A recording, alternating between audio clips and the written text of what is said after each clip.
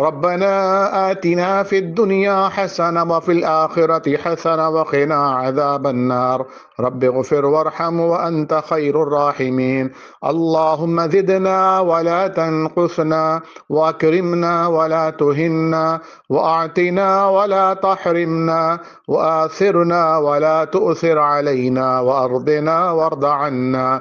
اللهم إنا نعوذ بك من جهد البلاء ودرك الشقاء وسوء القضاء وشماتة الأعداء.